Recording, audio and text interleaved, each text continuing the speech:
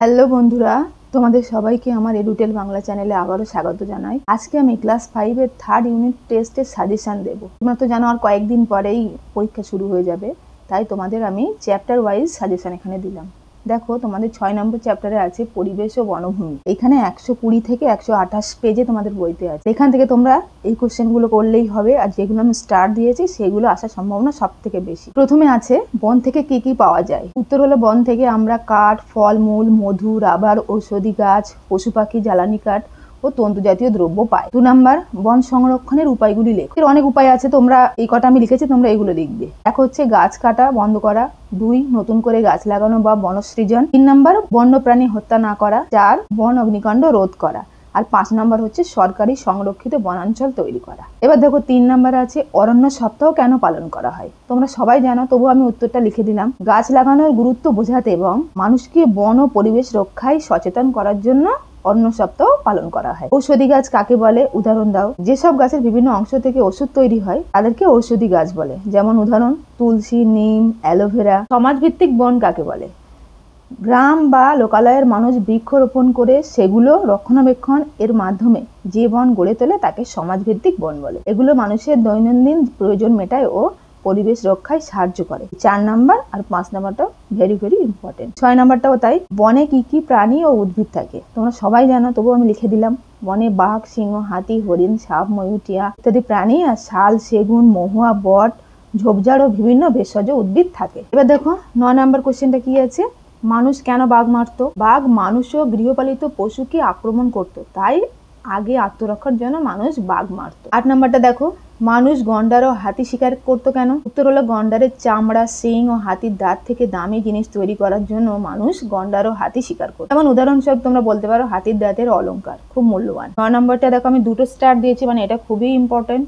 দেখো এখানে কি বলেছে, বাঘ সংরক্ষণের উপায়গুলি লেখো। এক হচ্ছে বাঘ শিকার সম্পূর্ণ বন্ধ করতে হবে, বাঘের জন্য সংরক্ষিত বনাঞ্চল তৈরি করতে হবে। 3 নাম্বার, বাঘের খাবার যে প্রাণী সেগুলো সংরক্ষণ করতে হবে। আর হচ্ছে বন অগ্নিকাণ্ড রোধ করতে হবে, আর মানুষকে সচেতন করতে হবে। আর 10 নাম্বারটা দেখো, সামাজিক বনসৃজন কাকে বলে। 10 নাম্বারটা দেখো, সামাজিক বনসৃজন কাকে বলে। মানুষের প্রয়োজন মেটাতে ও পরিবেশ রক্ষা করতে সমাজের উদ্যোগে একত্রে গাছ লাগানোকে সামাজিক বনসৃজন বলে। এই 9 নাম্বারটা তোমরা খুব ভালো করে পড়বে, এটা খুব ইম্পর্টেন্ট। এবার দেখো তোমাদের অধ্যায় 7 পরিবেশ, খনিজ ও শক্তি সম্পদ, পৃষ্ঠা 129 থেকে 137 মধ্যে আছে। তোমরা দেখো বইতে যা আছে তোমরা ওখানে প্রশ্ন আকারে উত্তর আকারে কিছুই বুঝতে পারবে না, কারণ ওটা পুরোপুরি গল্পের ছলে আছে।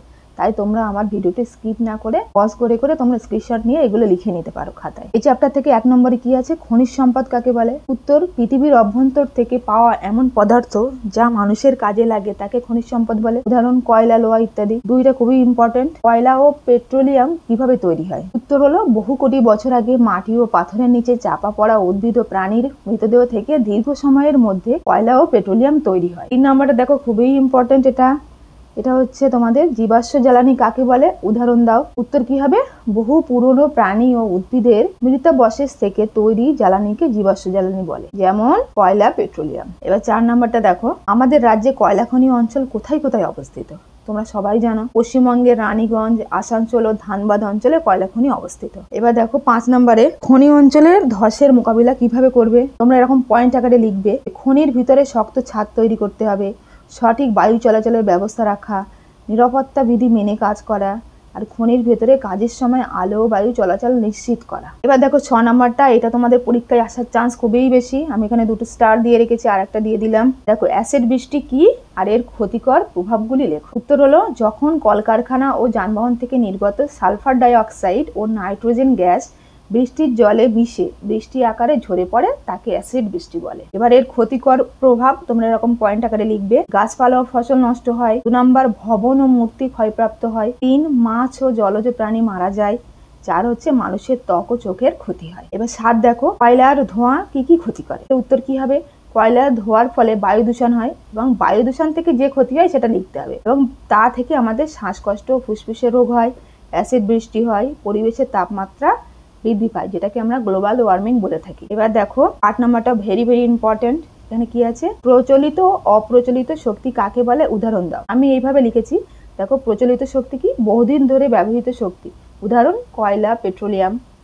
আর অপ্রচলিত শক্তি কি, নবীন ও পুনর্নবীকরণ যোগ্য শক্তি। উদাহরণ হচ্ছে সৌরশক্তি আর বায়ু শক্তি। 9 নাম্বারটা দেখো, পার্থক্য লিখতে বলেছে প্রচলিত শক্তি আর অপ্রচলিত শক্তি। এরকম তোমরা পয়েন্ট আকারে এরকম ঘর কেটে লিখবে। এক হচ্ছে জীবাশ্ম পদার্থ থেকে পাওয়া যায় প্রচলিত শক্তিটা, এটা হচ্ছে প্রাকৃতিক উৎস থেকে পাওয়া যায়। 2, প্রচলিত শক্তি একদিন শেষ হয়ে যেতে পারে, কিন্তু অপ্রচলিত শক্তি কোনোদিনই শেষ হবে না, এটা পুনর্নবীকরণ যোগ্য। এবার 3 কি আছে, উদাহরণ লিখবে কয়লা, তেল, গ্যাস ইত্যাদি। আর এটা হচ্ছে সৌরশক্তি, বায়ু শক্তি আর জলশক্তি। এবারে তোমাদের এই চ্যাপ্টার থেকে লাস্ট যে প্রশ্নটা খুবই ইম্পর্টেন্ট হচ্ছে জলচক্র কাকে বলে, চিত্র সহ আলোচনা করো। উত্তরটা দেখো, সূর্যের তাপে সমুদ্র, নদী ও হ্রদের জল বাষ্পে পরিণত হয়ে আকাশে উঠে মেঘ তৈরি করে, পরে বৃষ্টি হয়ে আবার পৃথিবীতে ফিরে আসে, একে জলচক্র বলে। এর প্রক্রিয়াটা কিরকম হবে, প্রথমে বাষ্পীভবন, তারপরে ঘনীভবন, তারপরে বৃষ্টি হবে, তারপর প্রবাহন, আবার বাষ্পীভবন। এখানে তোমরা ছবি আমি দিয়েছি, এরকম ছবি তোমরা এঁকে নেবে। এই ছবি আঁকাটা প্র্যাকটিস করবে, ছবি দিয়ে যদি তোমরা লেখো তাহলে তোমরা ফুল মার্কস পাবে।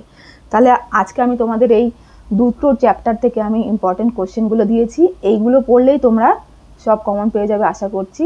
আর এর পরের চ্যাপ্টারগুলো আমি তোমাদের শুধুমাত্র কোশ্চেনগুলো বলে দেবো, তাই সেগুলো জানতে তোমরা আমার চ্যানেলকে সাবস্ক্রাইব করবে, পাশে থাকবে আর বেল বাটনটা প্রেস করে রাখবে, যাতে সবার আগে ভিডিওগুলো তোমাদের কাছে চলে যায়। ধন্যবাদ।